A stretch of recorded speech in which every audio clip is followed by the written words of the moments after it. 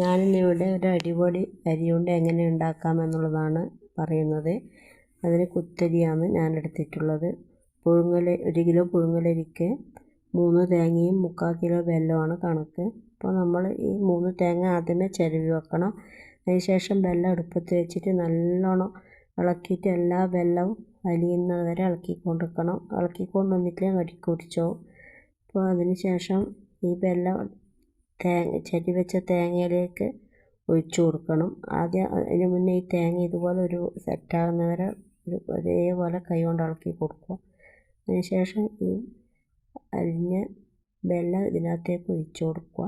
ഒഴിച്ചു കൊടുത്തതിന് ശേഷം ആദ്യം ഒന്നുകൂടി സെറ്റാകുന്നവരെ നമുക്ക് അടുപ്പത്ത് വെച്ച് ഇളക്കി കൊടുക്കണം. ആ വെല്ലവും തേങ്ങ ഇതുപോലെ സെറ്റാകുന്നവരെ ഇളക്കി കൊടുക്കുക. നല്ലോണം ആ വെല്ലത്തിൻ്റെ വെള്ളമൊരു കുറുകുന്ന വരെയാണ് അതിൻ്റെ കണക്ക്. അതിന് ശേഷം ഈ പൊടിച്ച് വെച്ച അരിപ്പൊടി ഇതിനകത്തേക്ക് ഇട്ട് കൊടുക്കുക. അപ്പോൾ ഒരു പിടി അരിപ്പൊടി നമ്മൾ മാറ്റി വെക്കണം. അതിന് ശേഷം മൊത്തം ഇത് നല്ല സെറ്റാകുന്ന വരെ ആ ചൂടോടെ തന്നെ ഇളക്കി കൊടുക്കണം. അപ്പോൾ അരിപ്പൊടി അതിൻ്റെ അകത്തേന്ന് വേറെ ആയിട്ടൊന്നും കാണാതെ മൊത്തം ഇതിനകത്ത് ഇട്ടിട്ട് ഒരേപോലെ ഇളക്കി കൊടുക്കുക.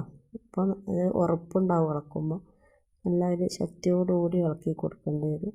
അങ്ങനെ എല്ലാ ഭാഗത്തും എല്ലാം ഒരേപോലെ ഇളക്കി കൊടുക്കുക. അതിന് ശേഷം ഇങ്ങനെ ഉണ്ടയാക്കുക. അപ്പോൾ അത് ഓരോരാളുടെ ഇഷ്ടത്തിനനുസരിച്ചിട്ട് ചെറിയ ഉണ്ടയായാലും വലിയ അങ്ങനെ വേണ്ട വെച്ചാൽ ആക്കിയെടുക്കാം. അതിന് ശേഷം നമ്മൾ മാറ്റി വെച്ച അരിപ്പൊടി ഇതിനകത്തേക്ക് വിതറി കൊടുക്കണം. അപ്പോൾ അരിയുണ്ട കാണാനും ഒരു ഭംഗിയുണ്ടാവും, നല്ല ടേസ്റ്റും ഉണ്ടാവും. അപ്പോൾ അരിയുണ്ട റെഡി.